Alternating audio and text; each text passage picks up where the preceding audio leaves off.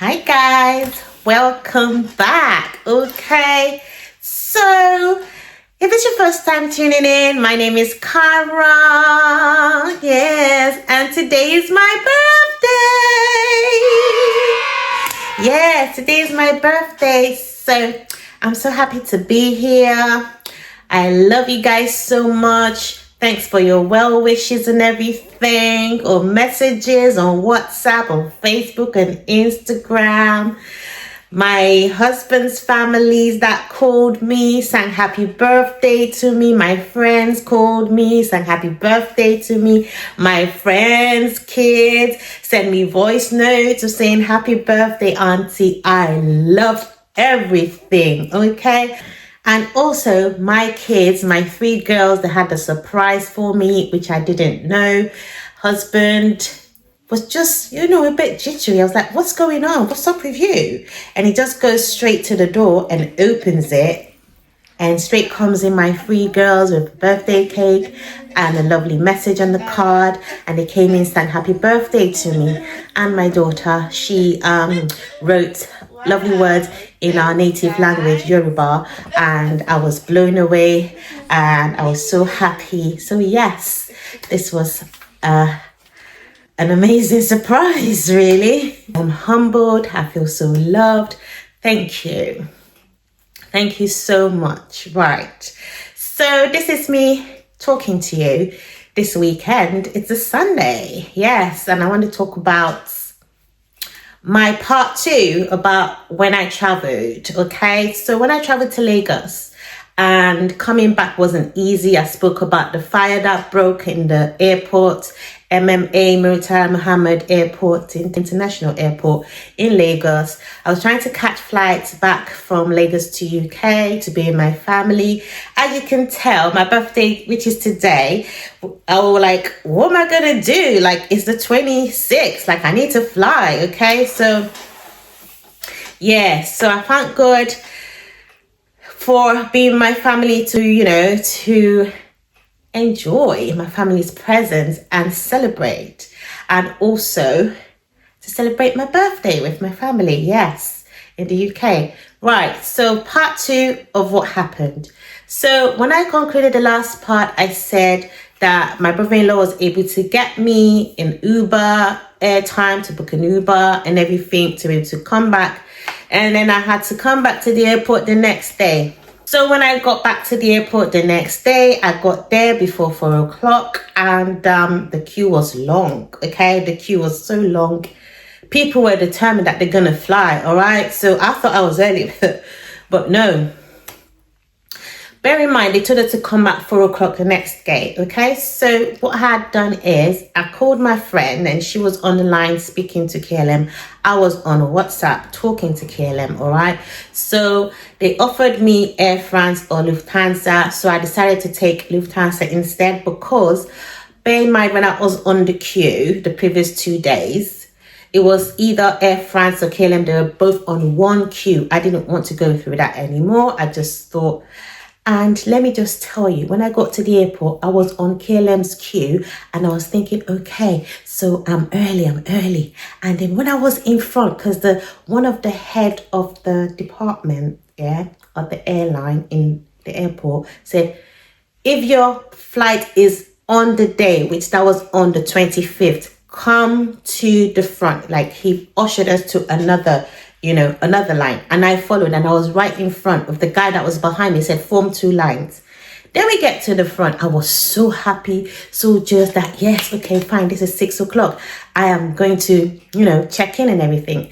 And then there's this lady. Oh my gosh, guys, if you've been through something, do not wear the same top that you wear the previous day. Wear something, because I was frustrated. I packed my bags already, so I just thought, you know what, I'll just wear the same top I wore the next day. And this lady at the counter, she's like, I saw you here yesterday, blah, blah, blah, blah, blah, blah. Because they were like, they want people who are flying today. And I'm telling them, look, I rebooked, because me and my friend, we rebooked already. I rebooked, yeah. But I didn't even know it was Lufthansa. I was still thinking that it was KLM.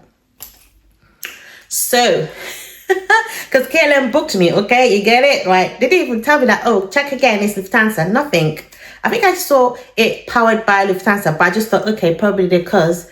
But I didn't know. Something in me didn't click that is Lufthansa. So I was just there. And then another hoo-ha started. So the two personnel in charge, the two men, they started fighting, saying, no, we want to check in those who are in on the day that didn't have cancelled flight. The other one was like, no, if you were here yesterday, don't stand here, or whatever. So it became another disagreement between them, and people were getting intense, like, what's going on? And I was right in front.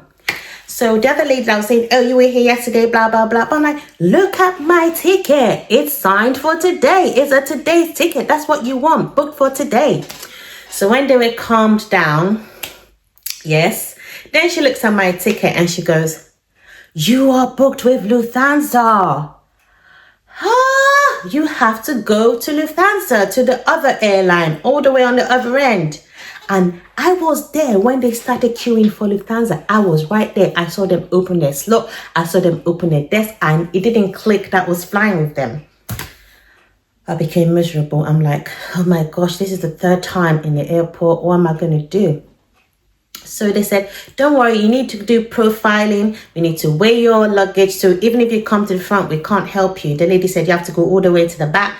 So I went straight to the back on the queue. Then I went to weigh my luggages. It's like I'm trying to go back again. An hour's gone again. So it's like 7 o'clock, 8 o'clock, weighing my luggages. They're very strict. Lufthansa is very strict, right? So they said your hand luggage has to be 8 kgs. Your backpack, which you're only allowed to carry one accessory, has to be 4 kgs. And your check-in luggage, which I had only one check-in luggage, had to be 23 kgs. And you know, we women with extra luggage. Then I started reshuffling. I went back to the guys, because they have to give you like a docket, something like a receipt, a docket they call it, that both luggage have been checked, and they have to tag your luggage that they're happy with it. Oh my gosh, that you're compliant. I went back like 2 or 3 times. The guy kept on sending me back. I had to go and get a Ghana Must Go, like a other alternative traveling bag. I had to go get it from a pharmacy across somewhere, come back. So like I said, always have cash with you because of any mishaps, or if anything happens, always have cash. So the next day I came with some cash with me. So my husband sent me some money, so I had some cash with me. So yeah, I bought the Ghana Must Go bag, came back, and the lady was like, okay, so bear in mind, my brother-in-law, he already told me, he said, if you need help at the airport, let me know. And while I was reshuffling everything, I like, all these clothes I need to move out, put in a Ghana Must Go bag. I can't go with it because I have to pay a lot of money to be able to pay for extra luggage. So I just tried to call you. Yes, I need your help, please. Is there anyone you can send to the airport to come and take this luggage from me? He goes, yeah, no problem. So while I was on the queue, reshuffling everything, and this lady turns up and she goes, are you Kemi? Are you Cara? I'm like, yeah. She goes, yes, that I was sent to help you out. I'm like, woo, so quick. So I just gave her all the clothes that, like, I literally had to pack almost most of my clothes out of the luggage. So I gave it to her. And then I went back to the guys who were doing the luggage profiling and everything. Then I was compliant. So thank God for that move. Then now I was ready to fly. But then I had to go back for another queue to be able to check in. So anyways, after another hour, so I noticed that they gave an update while I was on the queue to say, please check in online, okay? The systems are down. We are doing it manually, but if you check in online, that will be helpful. So Lufthansa was good with that. That's what KLM could have done. They could have given us the privilege of checking in online and using our boarding passes to fly. Instead of them saying, oh, we have to print it manually, we have to go to the back room and going to give the people with upper hand that paid to be able to go on the flight, to be able to get their passports from them and print. No, Lufthansa, they said, yes, check in online. We can use your boarding pass, blah, blah, blah. By the time I got to the front, I'd already checked in online. And yes, you know how it is. You're queuing for hours. Your phone gets down, the battery. So my battery was on 13%. And I was able to check in with my boarding. But when she looked at it, you checked in online, you got your boarding pass. It was so quick. They just gave me bag tags, wrote my name manually on it. And then I knew I could fly. Yes. So I was so happy. I felt a sense of relief after I was able to check in. So yes. And that is the end of my story. So moral sense, the story is that always have some extra cash with you when you're flying, especially to Lagos, Nigeria, when you get to the airport, because anything might come up. Do whatever you need to do to get out of that situation. Do not linger on and say whatever. And yes, thank God for that. And that's the end of my story. I hope you enjoyed it. I hope you learned some things to do and what not to do. Okay, so yes. If anything happens again and your flight is cancelled, always make sure you have enough cash to book the next available flight. Until next time, keep being you, and thank you for tuning in with me on my birthday. Ciao, ciao.